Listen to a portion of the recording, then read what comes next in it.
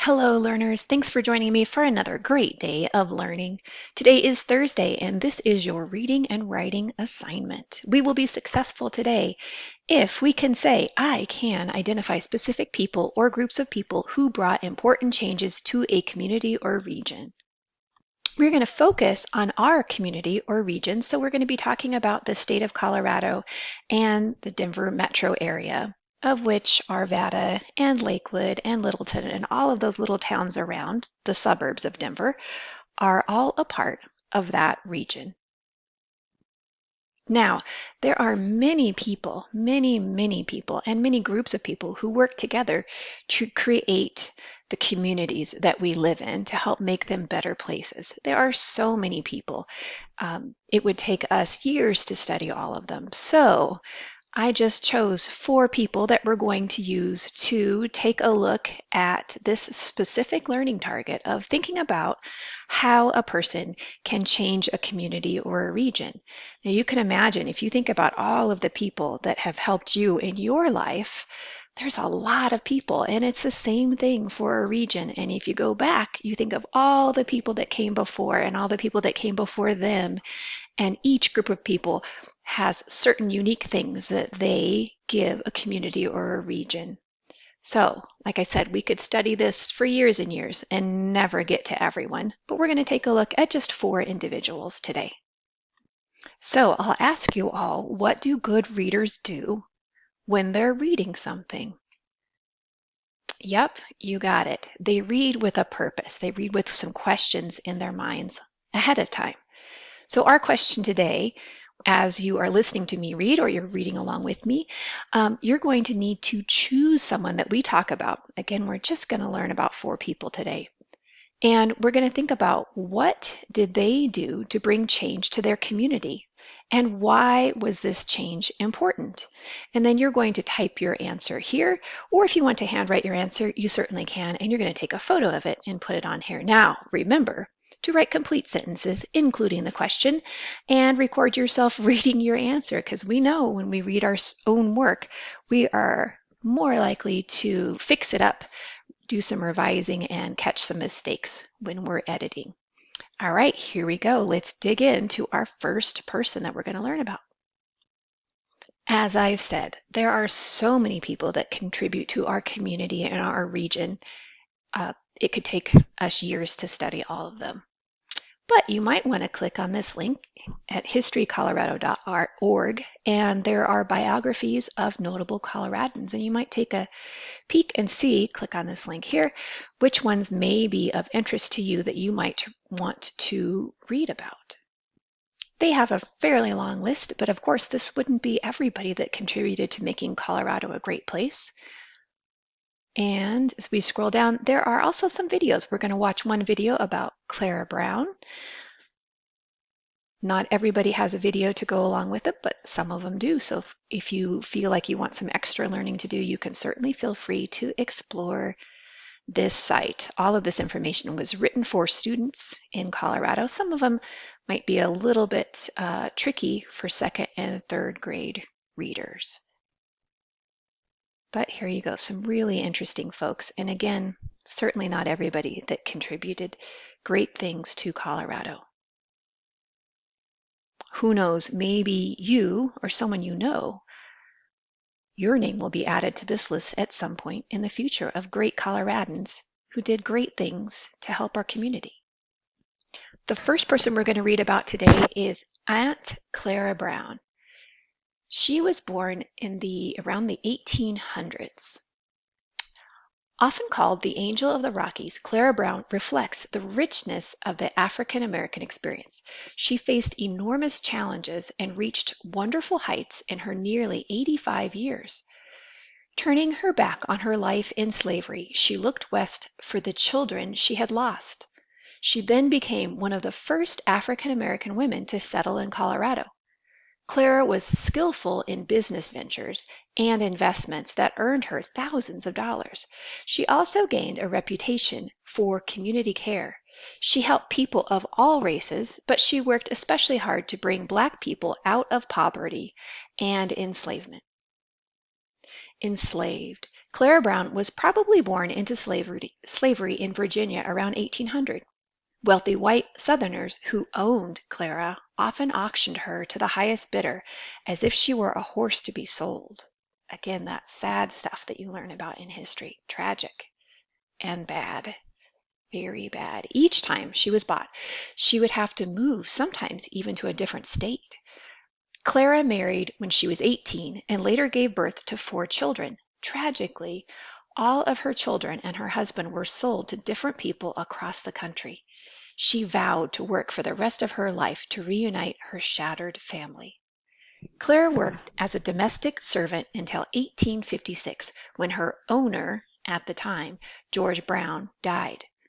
Fortunately, his family helped Clara achieve her freedom, and she could begin the search for her missing children. Heading west. Hearing that one of her daughters, Eliza, may have moved to the west, Clara headed in that direction.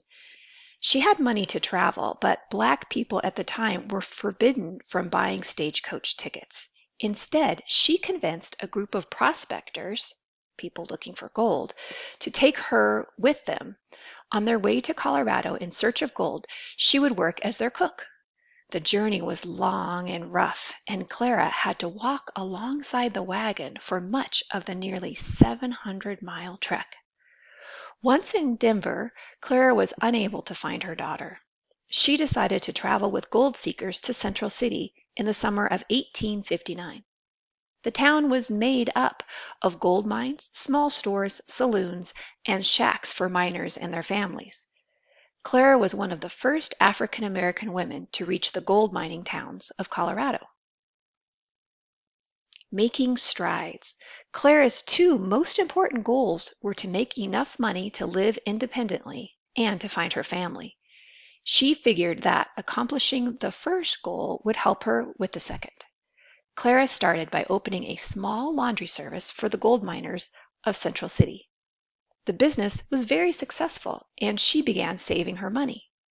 To make even more, she cooked, cleaned, and catered special engagements. By the end of the Civil War in 1865, when most Black people were just gaining their legal freedom, Clara had saved $10,000. This was an astonishing amount of money back then. With this wealth, she invested in mining claims and Colorado real estate. She could now support herself very well. Wow, she was a really good businesswoman. A hub of the community. Like most of the small Black population of Colorado, Aunt Clara saw the importance of living within a strong community. In Central City, her business and her home became community hubs. Sick or injured miners, regardless of race, would often turn to her for help. Clara gave them a place to recover and cared for them until they were able to return to work. She also helped those who were homeless and needed a place to stay. Pregnant women in town often wanted Clara to help deliver their babies. She provided many of these services for free to those who could not afford them. Clara Brown was a Presbyterian, but she did not discriminate against other faiths. She gave money and time to 4 different churches in town. As she had done in Denver, she also helped start the first Sunday school program in town.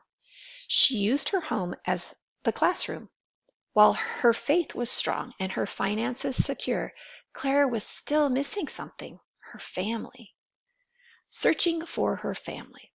Once she had saved enough money, Clara Brown began the hunt for her family.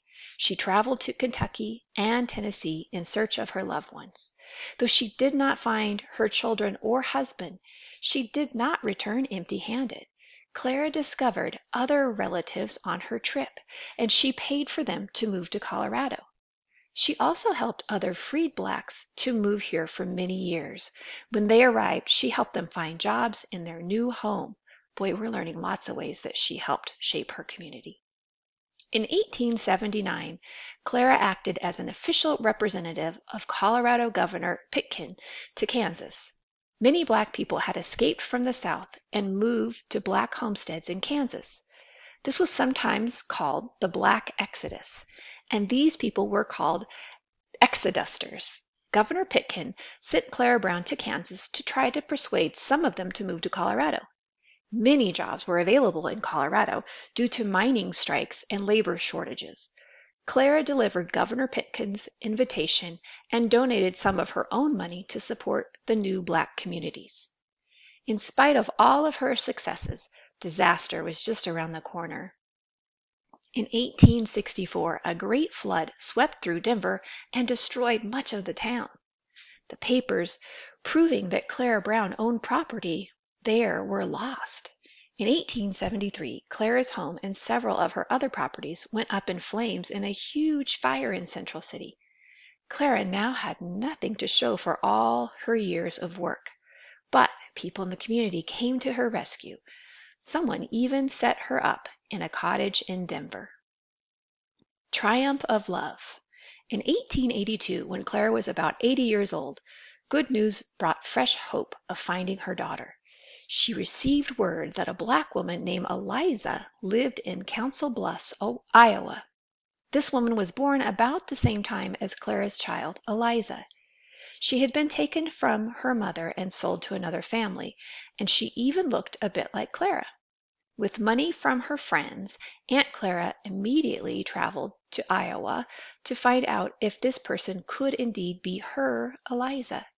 They met in Iowa, and the two joyfully discovered that they were, in fact, mother and daughter. The story of their reunion was widely published in newspapers in Colorado and throughout the Midwest. After 47 years of separation and searching, Clara's dream had finally come true. Eliza was the only child Clara ever found, and the two returned to Colorado, where they lived until Clara's death. Immortalized. Aunt Clara Brown passed away in her sleep just 3 years after being reunited with her daughter. Crowds flocked to her funeral. The mayor of Denver and the governor of Colorado even attended the ceremony. The Colorado Pioneer Association made Clara Brown their first African American member and funded her entire funeral. Clara Brown's name and reputation have lived on in the years since her death.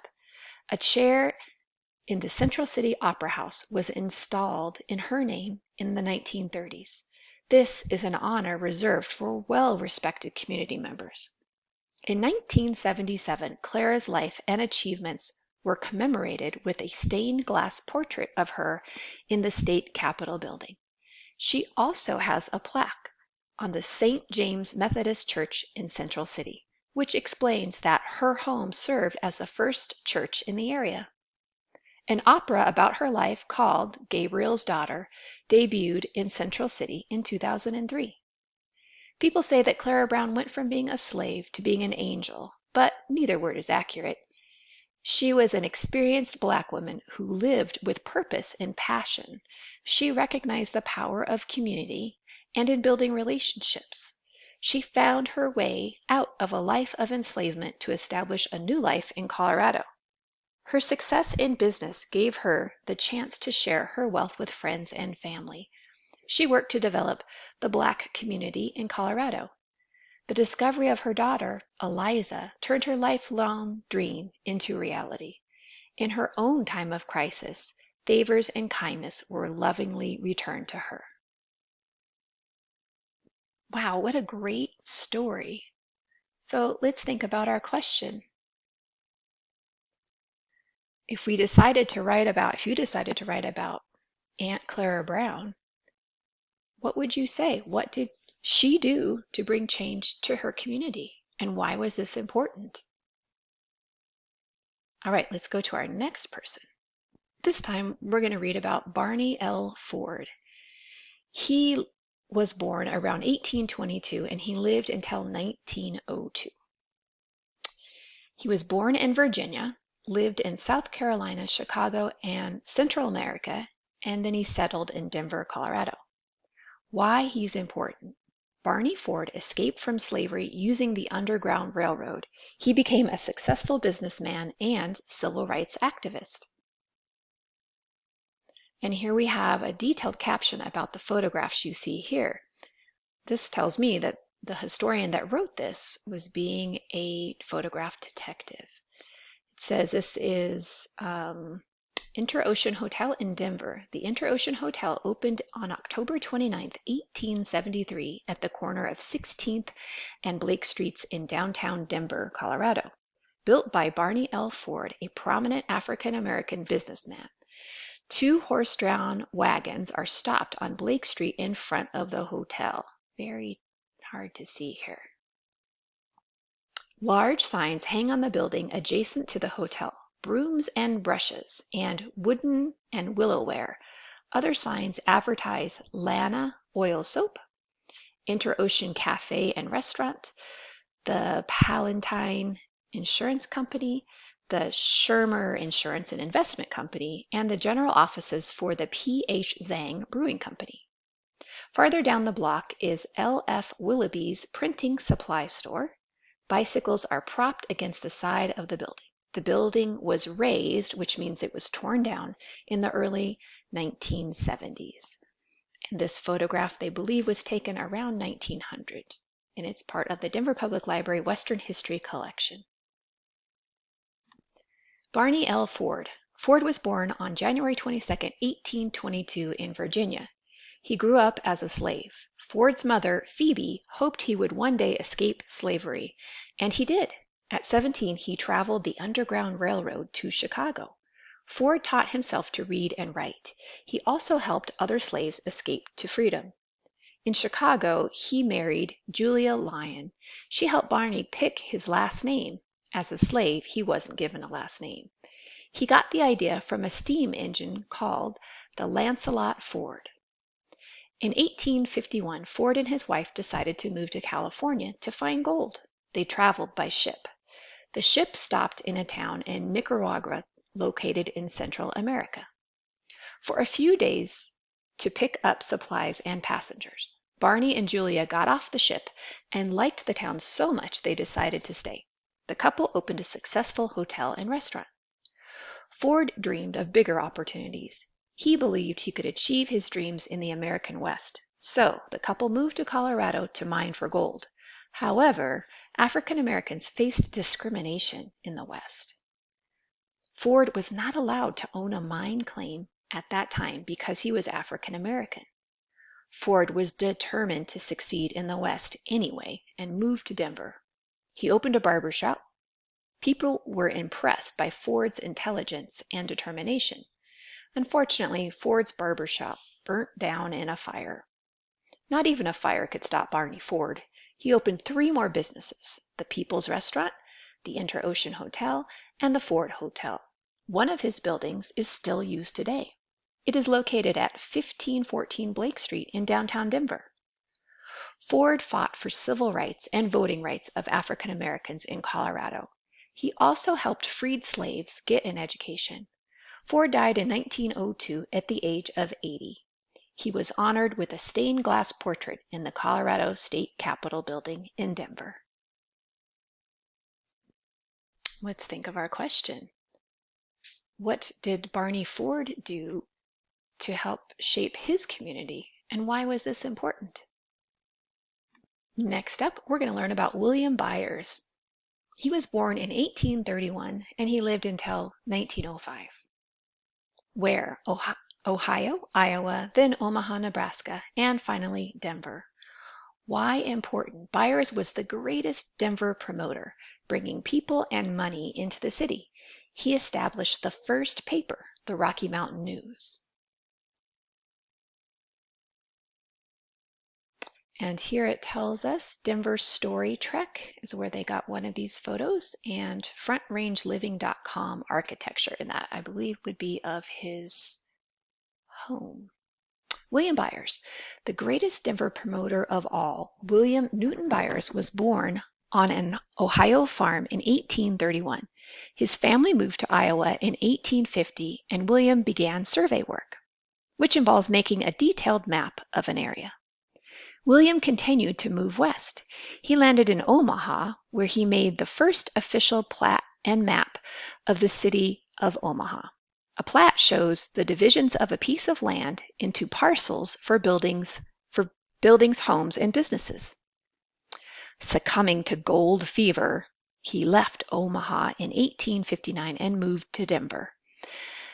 This means that he was excited to see if he could try to find gold. That's why they call it gold fever. He wasn't actually sick. He wrote a handbook to the gold fields that same year, which helped to attract more people to the city. That might be another way he contributed to the community. William established Denver's first newspaper, the Rocky Mountain News, on April 23, 1859, just days after he had arrived. His trick? He had written most of the stories while still in Nebraska, using reports about Denver and a bit of imagination. He bought the printing equipment from a defunct, meaning no longer working, newspaper in Nebraska, and had it moved by a team of oxen to Denver. Newspapers attracted newcomers and money to upstart towns such as Denver. Byers became the spokesman for Denver and helped to organize a chamber of commerce. He tirelessly promoted Denver as the Queen City of the Rockies. William sold the Rocky Mountain News in 1878, but remained prominent within the Denver Society, helping to establish the Colorado Historical Society. In 1886, Governor John Evans, and hotel builder Henry C. Brown started the Denver Tramway Company. The electric cars soon ran across Denver, connecting developments and allowing people to move throughout the city and suburbs. Byers died on March 25, 1905, at the age of 72. Can you think of how you can answer the question about what William Byers did to help change our community?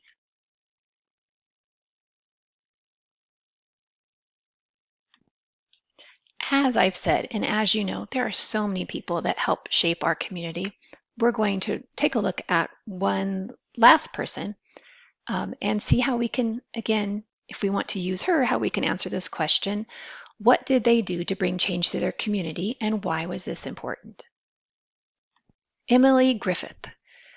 She was born in 1868 and she lived until 1947. Ware, born in Cincinnati, moved to Denver in 1894. Why important? She believed that everyone had the right to an education. She founded the Emily Griffith Opportunity School, which helped make this possible for many people in Denver. Emily Griffith. Emily Griffith was born in Cincinnati, Ohio on February 10, 1868. She grew up very poor. Griffith left school after the 8th grade to help support her family. At the age of 17, she took a job as a teacher in a sod house school in Nebraska. To reduce living expenses, she lived with students' families for weeks at a time.